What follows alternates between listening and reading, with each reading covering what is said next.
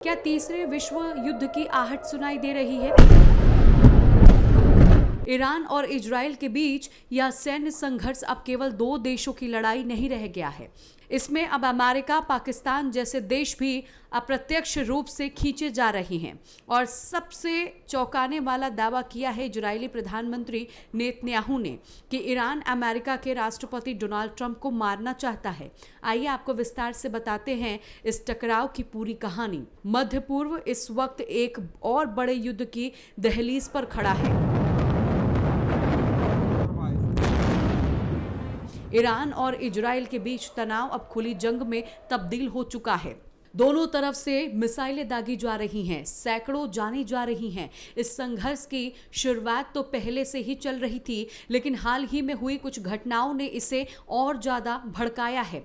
Israel के प्रधानमंत्री Benjamin Netanyahu ने एक ऐसा बयान दिया जिसने पूरे वैश्विक राजनीतिक गलियारों में हलचल मचा दी। उन्होंने दावा किया कि ईरान ने अमेरिका के राष्ट्रपति डोनाल्ड ट्रंप की हत्या की साजिश रची थी। उनका कहना है कि ईरान सिर्फ इजराइल के लिए खतरा नहीं, बल्कि पूरी पश्चिमी दुनिया को निशाना बना रहा है। नेतन्याहू के मुताबिक यह हमला किसी भी क्षण वैश्विक स्तर पर बड़ा रूप ले सकता है अगर समय रहते जवाब न दिया गया।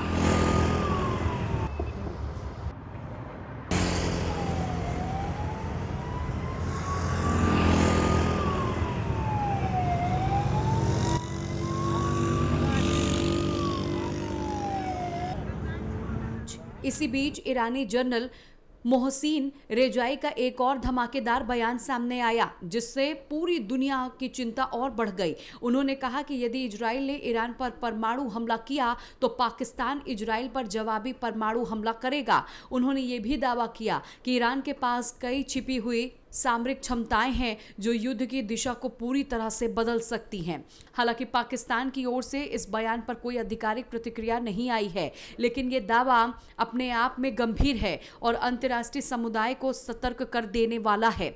इस बीच युद्ध के मैदान से आई कुछ रिपोर्ट्स और भी भयावह हैं। इजराइल ने ईरान के विदेश मंत्रालय पर सीधा हमला किया,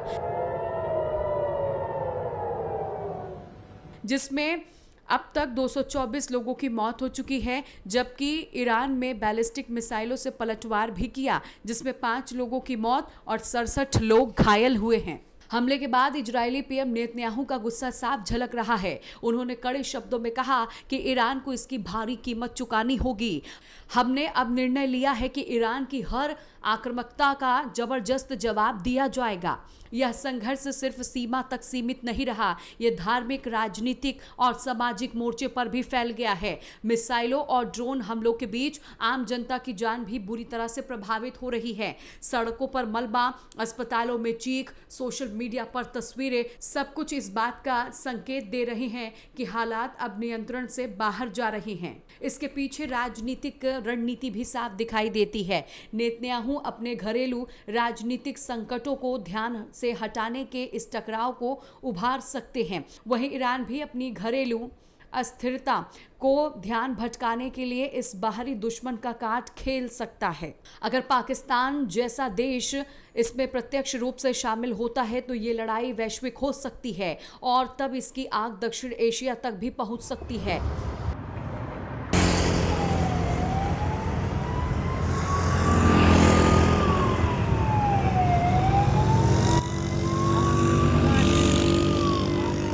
अमेरिका पहले ही इस क्षेत्र में अपनी सैन्य सक्रियता बढ़ा चुका है और चीन की भी नजर इस पूरे घटनाक्रम पर है।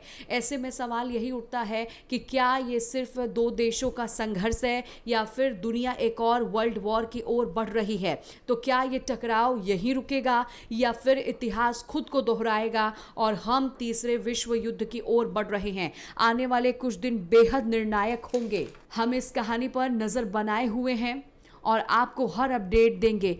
बस जुड़े रहिए। नमस्कार।